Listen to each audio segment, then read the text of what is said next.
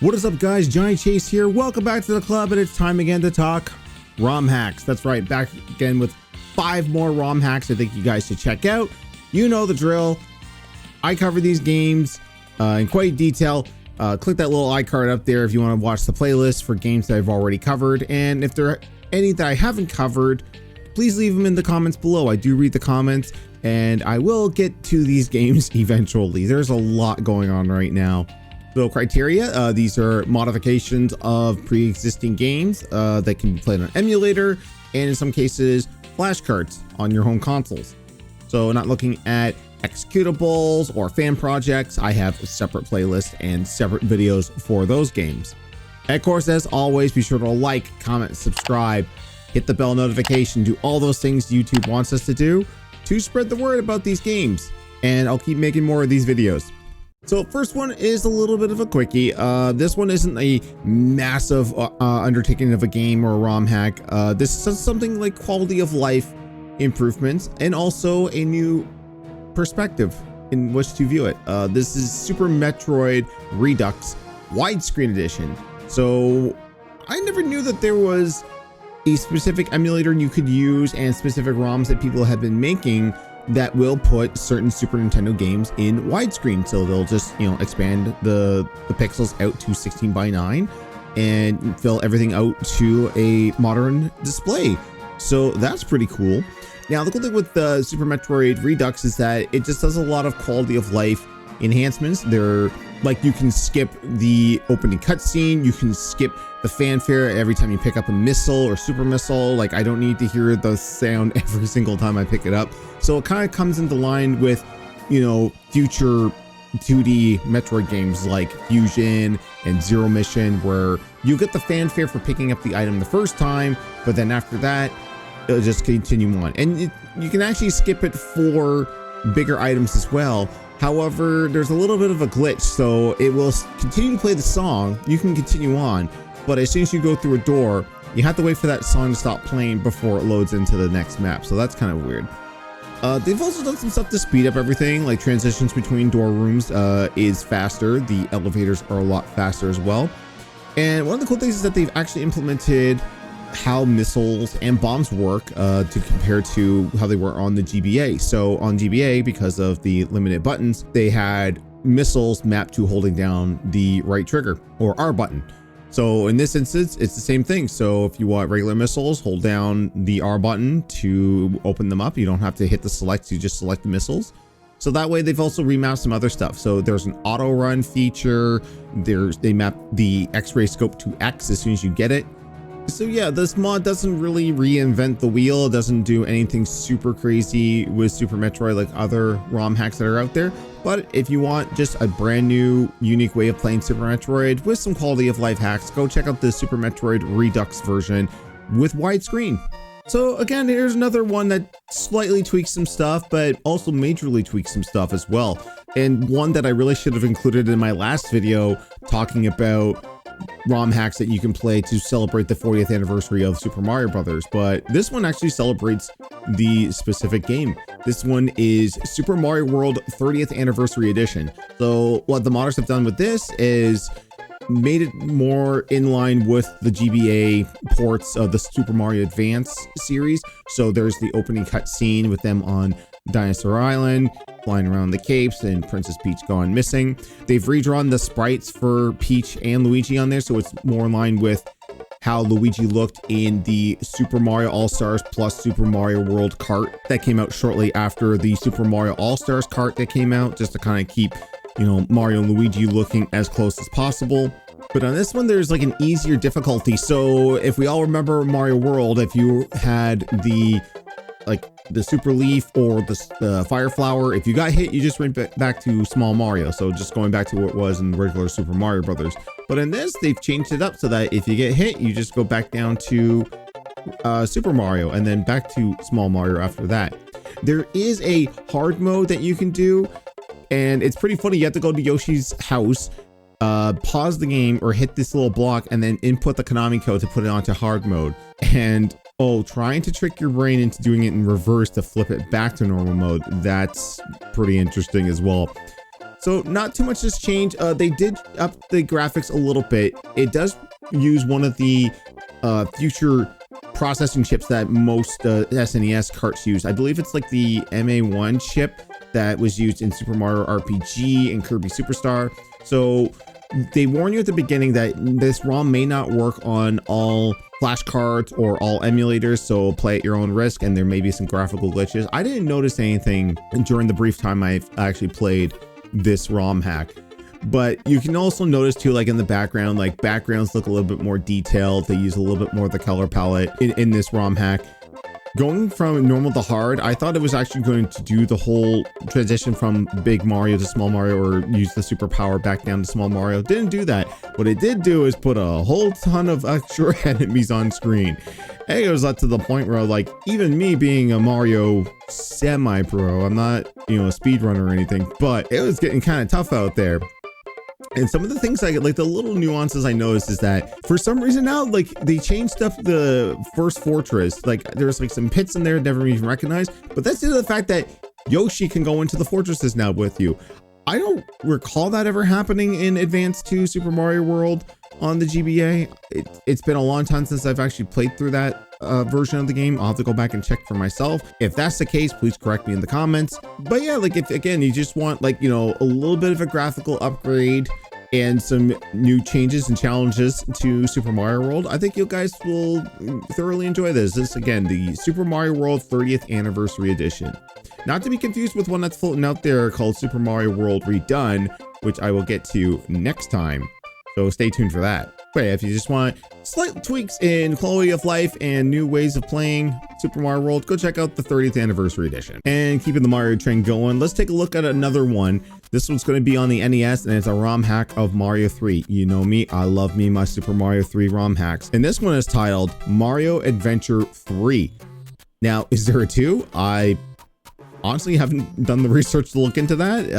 Editor to me can put the little tag at the bottom if there is a 2. I'll look at that next time, but this one kind of popped up all of a sudden. And what's interesting is that there is a tutorial level that will show you all the fundamental changes to this.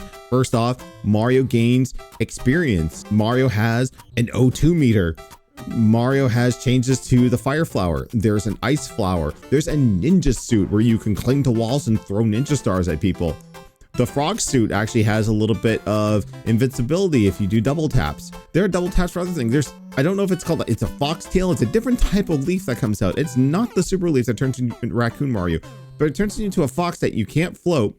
You can flick your tail to flick enemies and flick projectiles back at them, but it also has like this dash mode. Like, this is crazy stuff that they're doing. Once again, like it was in Mario Adventure, it's unlimited lives. There are no 100 coins per life. It is used for buying new abilities and items for Mario that you can enter into a level with. And also they have cherries that you can collect that you can exchange for more power-ups. So you can actually extend the oxygen level of Mario when he swims underwater.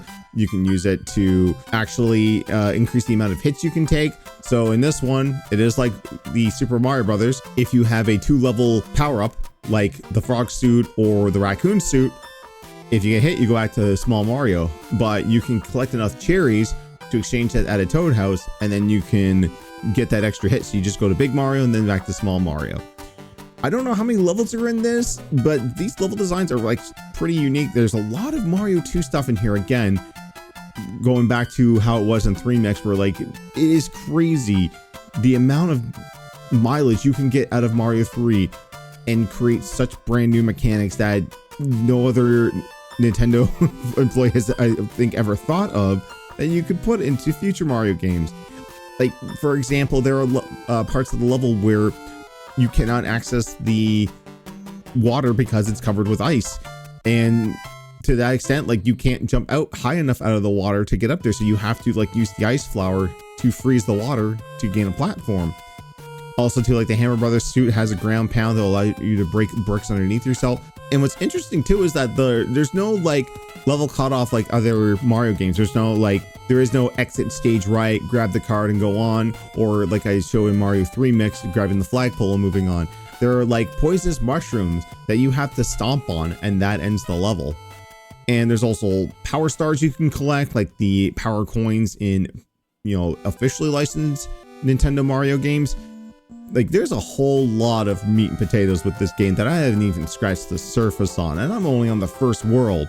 So this is one I'm gonna keep coming back to and playing more of, just to see what else happens in this game. But again, if you want a really unique experience with Mario 3, go check out Mario Adventure 3. And now it's time for the hat trick. One more Mario game to talk about. This is Mario Kart 64 amped up for Nintendo 64. Obvious. So this one is a complete overhaul of Mario Kart 64.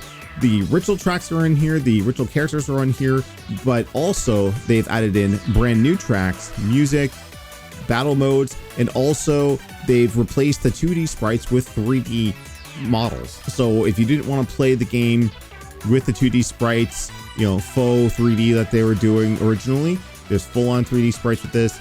And come on, who doesn't like more Mario Kart 64? It was a staple of the system. It was almost a system seller with Mario 64. Just any more tracks that you can get is a good thing. You get tracks from Diddy Kong Racing. You get tracks from Super Mario Kart. There are levels from Double Dash in this. Heck, there's even a Sonic Adventure map in this. You've also got alternate costumes for the characters as well.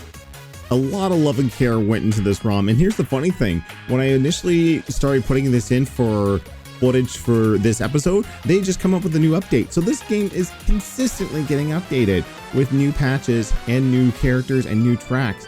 So keep an eye out on their site and ROM hacking sites around. So the version that you pick up may be different from what I'm even showing you right now.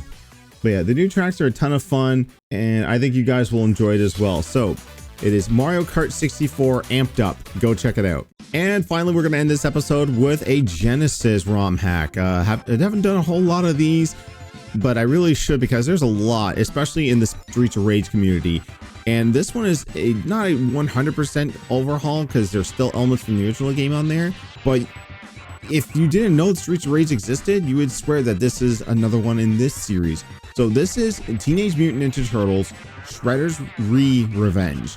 So this obviously came out shortly after Shredder's Revenge on modern consoles, but they've taken the sprite work, taken quite a few frames out of it, but somehow interjected this into a Genesis port of Streets of Rage 2. This is crazy. Like, all the playable characters are here. So all the Turtles, Splinter, April, Casey Jones, and it's just, you know, a straight up beat 'em up. Now the thing is that it does not control like Streets of Rage. It actually controls like a TMNT game. So you've got the dash, you've got the special moves, but man, like it astonishes me that like the quality of the Genesis was capable of having sprites like this. I don't know if there's like, you know, a special chipset that they use for certain games to get this type of detail in the sprite, but it is amazing. Like, these are some beefy sprites. If you look at the boss fight footage of me fighting Bebop or Rocksteady, it is crazy the amount of detail in these sprites in a Genesis game. Now, Turtles in Streets of Rage ROM hacks are nothing new, but like, this is a complete overhaul where it's, you know, they replace the Streets of Rage enemies with foot soldiers, Mousers, rock soldiers. Like, if you didn't see the bare knuckle stuff in the Streets of Rage arcade cabinets, you would swear that this would be a new TMNT game. And that's what that is. So big ups to the team for making this. And if you guys want to check it out, please do. If you're a fan of beat 'em ups and TMNT, and you've been yearning for a new beat 'em up to play until Marvel Cosmic Invasion comes out, I would check out TMNT Shredder's Revenge on the Sega Genesis. And that's it, folks. 5 more ROM hacks I think you guys should check out. What did you guys think? Please let me know in the comments below. Again, like, share, subscribe, hit the bell. I put up videos almost every week. I'm been a little bit behind because of conventions and extra life stuff that I've done, but I'm gonna be back on track, and I've got some holiday stuff that's gonna be coming up very, very soon. So until then, I'm Giant Chase, and I got more games to play. I'll see you in the next one. Take care.